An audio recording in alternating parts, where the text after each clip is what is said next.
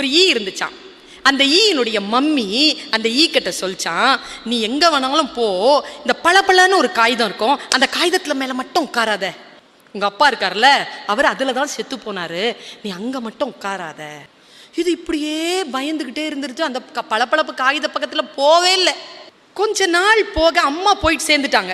இதனுடைய ஃப்ரெண்ட்ஸ் இருக்காங்கல்ல, அவங்க எல்லாருமே அந்த பளபளப்பு காகிதத்துல போய் உட்காரதும் வர்றதுமா பயங்கர சாகசம் பண்றாங்க. இந்த ஈ பாக்குது. அவங்களுக்குலாம் அம்மா இல்லையா, அவங்க அம்மாலாம் சொல்லலையா, அவங்க மட்டும் விளையாடுறாங்க, நான் மட்டும் அங்கே போகக்கூடாது, எங்கள் அம்மா சொல்லிருச்சே. அது அந்த பசங்களை பார்த்து பார்த்து மனசு இதாகி ஒரு வாட்டி என்ன பண்ணுச்சு, தானும் போய் பார்த்துருவோன்ட்டு ஓடி போய் அந்த பளபளப்பு காகித மேலே அப்படி போகாமல் கிட்ட போயிட்டு அப்படி பறந்து வந்துருச்சு. காகிதம் ஒன்றும் பண்ணல, ஒன்றுமே பண்ணலையே. ஏன் இந்த அம்மா என்ன பயமுறுத்துச்சு? மறுபடியும் அந்த ஃப்ரெண்ட்ஸ் எல்லாம் அங்கே போய் ஜாலியாக இருக்கிறாங்க. இது மறுபடியும் என்ன பண்ணுச்சு, நேராக போய் சும்மா ஒரு காலை மட்டும் அப்படி தொட்டுட்டு வந்துச்சு. ஒன்றும் நடக்கலை. பாரு, அது நம்ம போயிட்டு வரோம், அது ஒன்றும் செய்யலை, எங்கள் அம்மா இதை வேணான்னு சொல்லிச்சேன்னு. மறுபடியும் போய் கொஞ்சம் நேரம் பறந்து பறந்து திரிஞ்சு அது மேலே உட்காந்துச்சு. பாருங்க, அவ்வளவு பிரமாதமாக இருக்குது. ஏன்னா தன் முகம் தானே தெரிகிறது, பளபளப்பாக இருக்கிறது, வழுக்குது. அப்படி ஓடி கீடி மறுபடியும் ஃப்ரெண்ட்ஸோடு சேர்ந்து பறந்து வந்து 2-3 வாட்டி பறந்து பறந்து வந்து ஜாலியாக விளையாடிருச்சு. 4வது தடவை பறந்து போச்சு. அது போய் ஜாலியாக விளையாடுறேன்னு சொல்லிட்டு அதில் உட்காந்துச்சு. அந்த சுகத்தில் படுத்து தூங்கிருச்சு. முழிக்குது.